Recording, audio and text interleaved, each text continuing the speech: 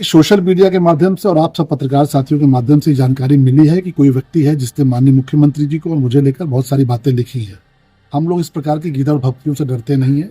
माननीय मोदी जी, माननीय योगी जी के राज में अगर कोई दहशतगर्दी का मंसूबा पालेगा, मरेगा। गुनहगारों के मंसूबे कई बार इतने बुलंद दिखाई देते हैं कि वो विधायक को ही गोलियां मारकर चीथड़े उड़ाने की धमकी दे बैठते हैं। मामला उत्तर प्रदेश का है, जहां देवरिया जिले में विधायक को सोशल मीडिया पर जान से मारने की धमकी मिली है। देवरिया सदर में बीजेपी विधायक शलभमणि त्रिपाठी को धमकी देने वालों ने कहा है कि इतनी गोलियां मारेंगे कि चीथड़े उड़ जाएंगे। इस मामले में पुलिस ने संज्ञान लेकर कार्रवाई शुरू कर दी है। शलभमणि त्रिपाठी देवरिया सदर से बीजेपी विधायक हैं। मामला है देवरिया शहर से गोरखपुर जाने वाले रास्ते पर बने ओवरब्रिज से ठीक बगल में एक मजार का। दावा है कि ये मजार अवैध तरीके से बनाई गई है। विधायक शलभमणि त्रिपाठी ने मजार के अवैध कब्जे का मामले में कुछ दिनों पहले आवाज उठाई थी। उनके आवाज उठाने से नाराज लोगों ने अब सोशल मीडिया के जरिए उन्हें जान से मारने की धमकी दी है। मजार के मुद्दे को लेकर एक वेबसाइट पर जीमेल की आईडी से लिखा गया है कि शलभमणि त्रिपाठी को इतनी गोलियां मारेंगे कि उनकी लाश के चीथड़े उड़ जाएंगे। धमकी यहीं नहीं रुकी। धमकी देने वाले ने सीएम योगी आदित्यनाथ के बारे में भी आपत्तिजनक पोस्ट लिखी है। इस पोस्ट में कहा गया है कि ओपन चैलेंज दे रहे हैं, मजार को छू कर दिखा दो। देखिए, हमारे देवरिया में एक बहुत ही महत्वपूर्ण ओवरब्रिज है और शहर की आबादी बढ़ने के नाते वहां जाम लगता है। उस ओवरब्रिज का दोहरीकरण होना है। उस दिशा में जब हमने प्रयास शुरू किया तो ये पता चला कि वहां पर जमीन उपलब्ध नहीं।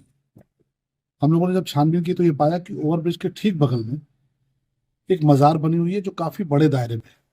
जब मजार के बारे में पता किया तो ये जानकारी मिली कि वो मजार पूरी तौर पर अवैध है और सरकारी भूमि पर बनाई गई है। यानी जहां पर ओवरब्रिज बनना चाहिए, जहां दोहरीकरण होना चाहिए, उस जगह पर वो मजार और कुछ कब्रें वहां पर मौजूद है।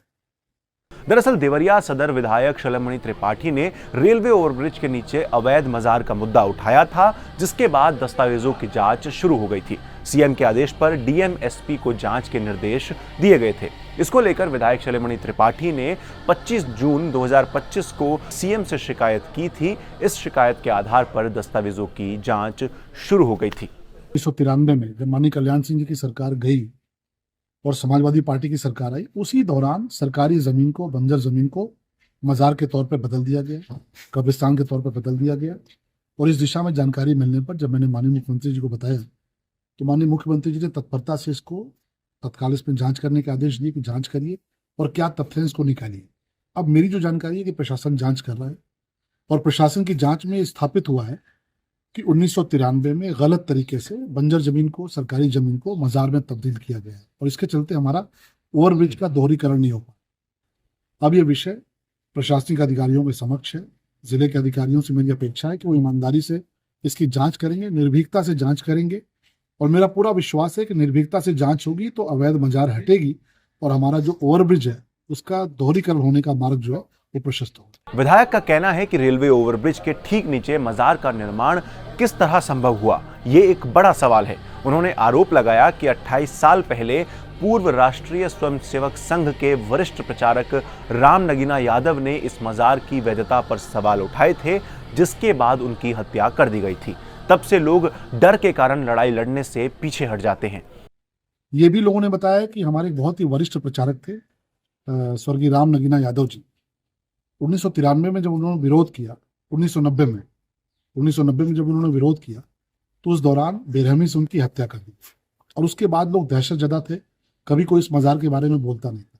अब ये मामला फिर से तूल पकड़ रहा है। आपका इस खबर पर क्या सोचना है, हमें कमेंट बॉक्स में जरूर बताएं और ऐसी ही खबरों के लिए एनडीटीवी इंडिया के साथ जुड़े रहिए।